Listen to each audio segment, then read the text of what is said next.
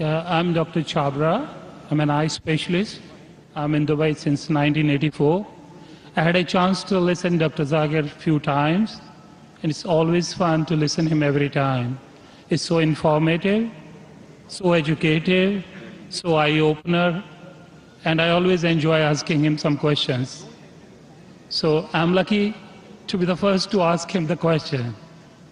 My first question is, you said the holy place is in the center so that it is equal from everywhere. But to my mind, I may be wrong or right, the God is all-prevailing, omnipotent, omnipresent, omnivorous. Then he need not to be present in one place. He is everywhere. A non-Muslim brother asked a good question, and he enjoys hearing my talk, he enjoys asking questions. And I enjoy answering your question, brother. He asked the question that God is omnipotent, omnipresent, so why should he be in the center? Brother, when you heard my answer, I think you misunderstood. I never said God is present in the center. I didn't say that. I said the Kaaba is in the center, not God.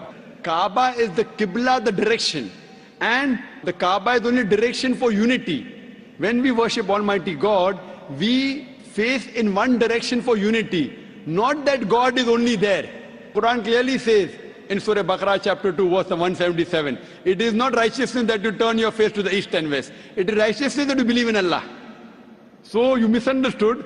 Kaaba is the Qibla, a direction. So for unity, they have kept the direction in the center. God is not in the center. God is on the arsh. He is on the throne. What we realize that for unity, we have to face in one direction. So the Kaaba for unity has been kept in the center. So all the different people, different human beings from different parts of the world can face for unity in one direction, because we believe when we offer prayers in Salah, we believe in congregation, believe in unity. Hope that answers the question, brother. I have a very simple question. You know Sikhism, the foundation stone or Amritsar Guru Mandir was given a chance to a Muslim by the name Mia Mir. Why, on the contrary, you say a non-Muslim cannot go to the house of God? What's your comments about it? Brother, how am I? I said, Alhamdulillah, I'm fine. Am I tired? I never get tired of answering questions to non-Muslims. I never get tired. You're very kind. I have my flight tomorrow, 11 o'clock morning. You're Fine. very kind. So for me, no problem. I love it. The more you ask questions, the more energy I get. You ask the question that a Muslim laid the foundation of Amritsar. Then Golden why? Temple, yeah. Sorry? The Golden Temple, Golden the Temple. holy place. The Holy Temple. Laid the foundation. So why can't non-Muslims go to Makkah? But I gave the answer in my talk. If someone has permitted, maybe Amritsar is not a place of sanctuary. It's not a cantonment area. Makkah and Medina is a cantonment area. You can go to any other mosque. If you want to go to the Mosque of Dubai, I will take you. Brother, It's the most you want to come to the Sikh religion, Amritsar, Golden Temple. I know that. I know that very well, brother. But it may not be as sacred as our Makkah and Medina. If you want to go to any other mosque, you're most welcome, I will take you. But these two mosques, as I mentioned in my answer, they are the cantonment area, and you require a visa. The visa to go to Makkah and Medina, these two mosques, is to say with your tongue, La ilaha illallah, Muhammad Rasulullah. There is no God but Allah, and Prophet Muhammad is the messenger of Allah. If you don't get visa, you cannot go there.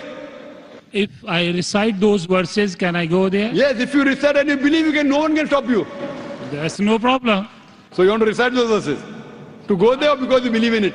I did hear you repeated these verses with other people. I did hear. And So do you believe in it? It's easy to repeat. No, do you repeat? Do you believe in it? It's a fact. It's a fact, and the fact should be believed. So do you believe that there's one God? There is. Do I you- believe in it. And do you believe that Prophet Muhammad is a messenger of God? Without any doubts, yes. So He is the person who- last prophet, yes.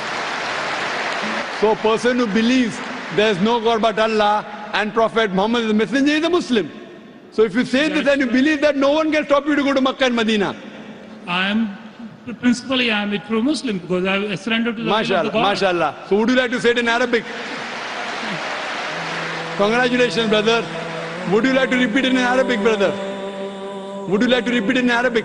I don't mind. Okay. Ashhadu Ashhadu Allah anna ilaha ilaha illallah illallah wa ashhadu wa ashhadu anna anna Muhammadan Muhammadan abduhu abdu wa rasuluhu. wa rasuluh.